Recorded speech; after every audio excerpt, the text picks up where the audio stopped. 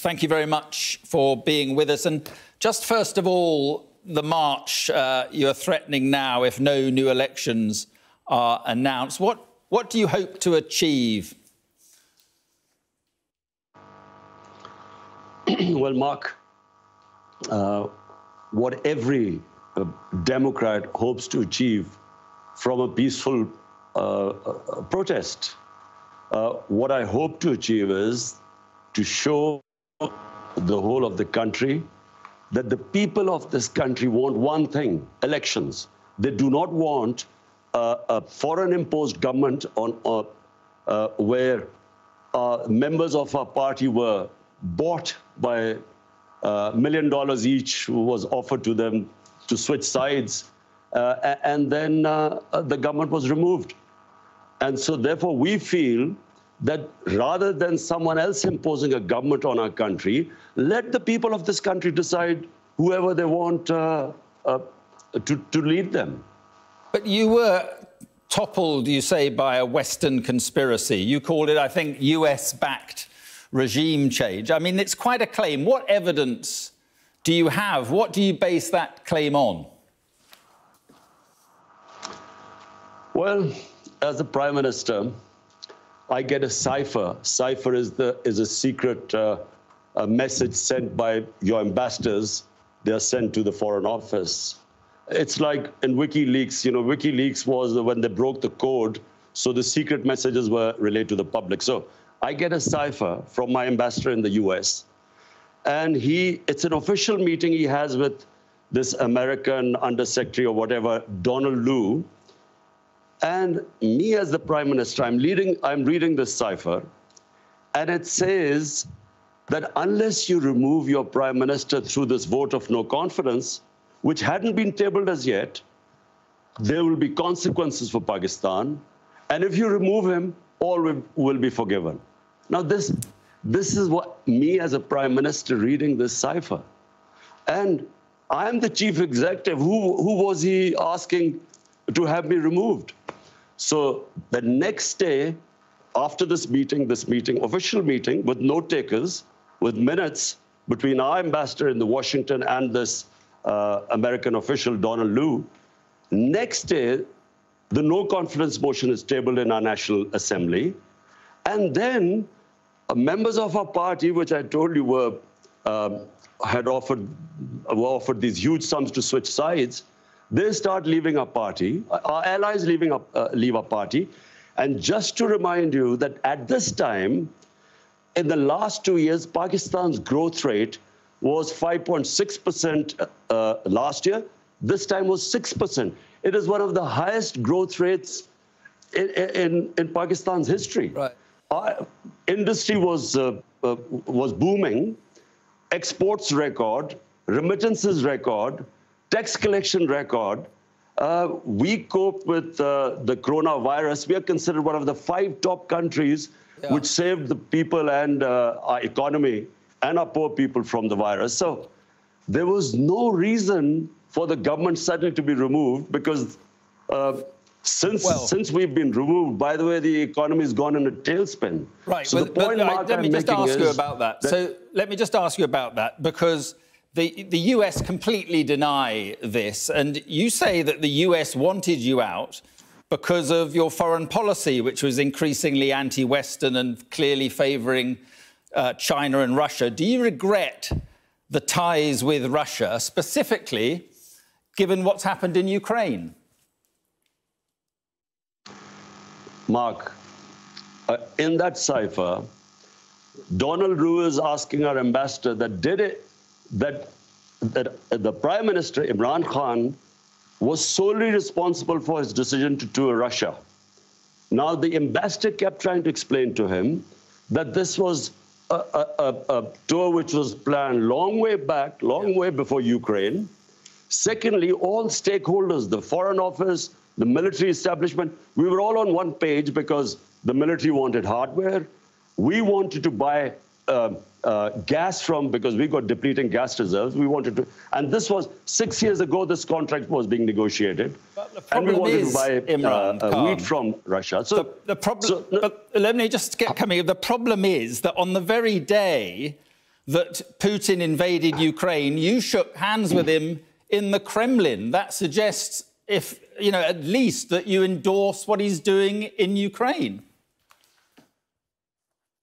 Mark, how the hell was I supposed to know that the day I landed in Moscow, Putin was going to go into Ukraine? But remember, you didn't need to go ahead with the meeting. Even then, from Moscow. So hold on, Mark. My statement as Moscow was, I have never believed in military solutions. So never did I endorse that. Ours was totally a bilateral meeting, and it was planned long before. So point I'm trying to make is that we didn't realize that when I would reach there, that Putin would go into Ukraine. How was I supposed to know? And how could you be punished for that? But do you accept? This is the big thing. How could you have? But do you accept that what Russia is doing is an illegal act of aggression? Do you condemn what Russia is doing? Mark, I am against all military operations. I was against Iraq war. I was against the US going into Afghanistan consistently. I'm against military solutions in Ukraine to solve problems. But point I'm trying to make is that to hold me responsible, and in this cipher, it was only me being held responsible, while our ambassador was telling us that this was long before the tour was planned. The purpose of going there were bilateral things we had nothing to do with. But even so, the problem is that the ties you have with Russia and China suggests that you went ahead with that meeting, that human rights are secondary to trade for you. Russia is waging a war on its neighbour, killing civilians. China has a terrible record on human rights, repressing the Uyghurs and other minorities. Mark, I was elected by 220 million people of Pakistan to serve them. My number one priority is there are 50 million Pakistanis below the poverty line. I was not elected for them to correct all the wrongs that are going on in the world. My responsibility was my country.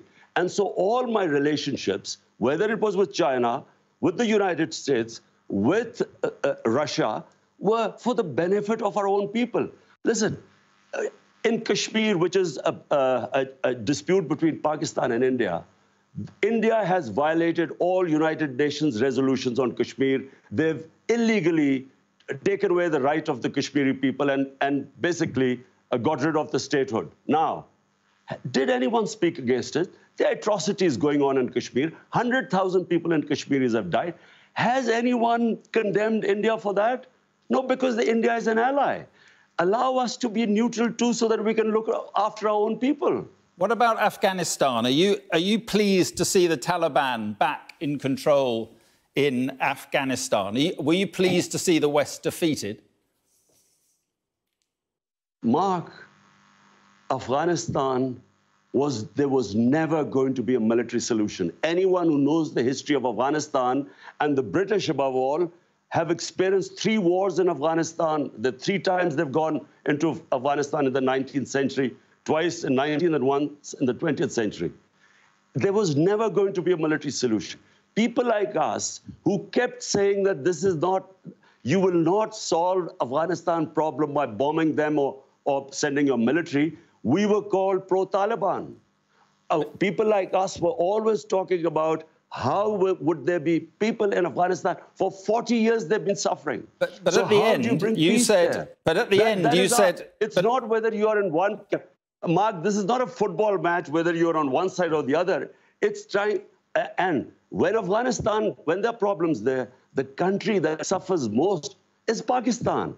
Because we already have 3.5 billion Afghan refugees there. But you said the chains of slavery had been broken in the country. What, when the Americans left and the British... What did you mean by that? That was deliberate. It was deliberately distorted. I was speaking in Urdu. I was talking about getting rid of mental slavery. We still have the colonial education system, which elite is taught in English medium. We had, first time in our history, had 1 syllabus for everyone. And I said that mental slavery is far worse than physical slavery. In that context, I refer to Afghanistan, where physical, they're fighting for their freedom. But what about the slavery of women, Imran? What about the slavery of women? Are you concerned that they seem to be going back on their commitment to allow girls back to school, and they're now insisting women cover their faces? Are you worried at all about what is happening there? Mark, I am not responsible or a spokesman for the Taliban. If there was any other solution, after 20 years of war, well, there should have been. You should have found some solution. But the fact is... But Pakistan has supported the Taliban. How? Who says this? Well, harbouring Taliban fighters inside Pakistan. Do you know something, Mark? There is so much propaganda and ignorance about this whole Pakistan-Afghanistan situation. Pakistan lost 80,000 people. No country which supported the US in the war on terror gives as many sacrifices as we did. The only reason we lost 80,000 people was because we joined the US war on terror. Because the US was trying to find a military solution in Afghanistan where none existed, we were blamed. A country that gives sacrifices, we were blamed for the lack of success in Afghanistan. What is happening in Afghanistan has nothing to do with us. The fact is that a war in Afghanistan meant 5 million refugees at the beginning in the 80s.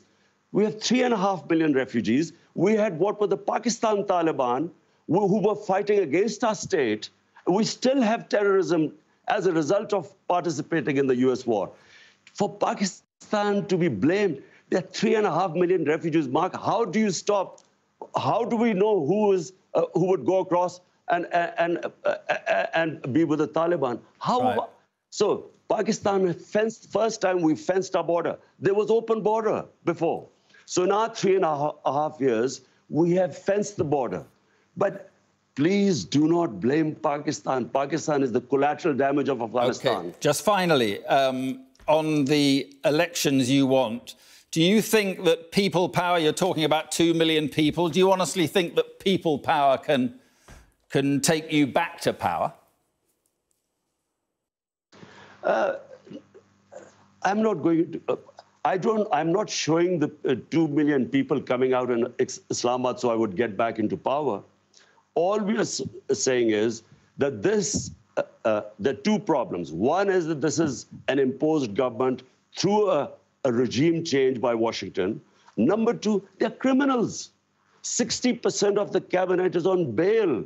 The Prime Minister and the Chief Minister were about to be sentenced when they were made the Chief Minister and Prime Minister. It's an insult to this country. All we are doing is peaceful protest. Okay. We feel, let the people of Pakistan decide who they want to elect. Let's not have an imposed government from outside. OK. Well, as I say, the Americans deny that. But listen, Imran Khan, thank you very much for being with us this evening. Thank you. Thank you, Mark.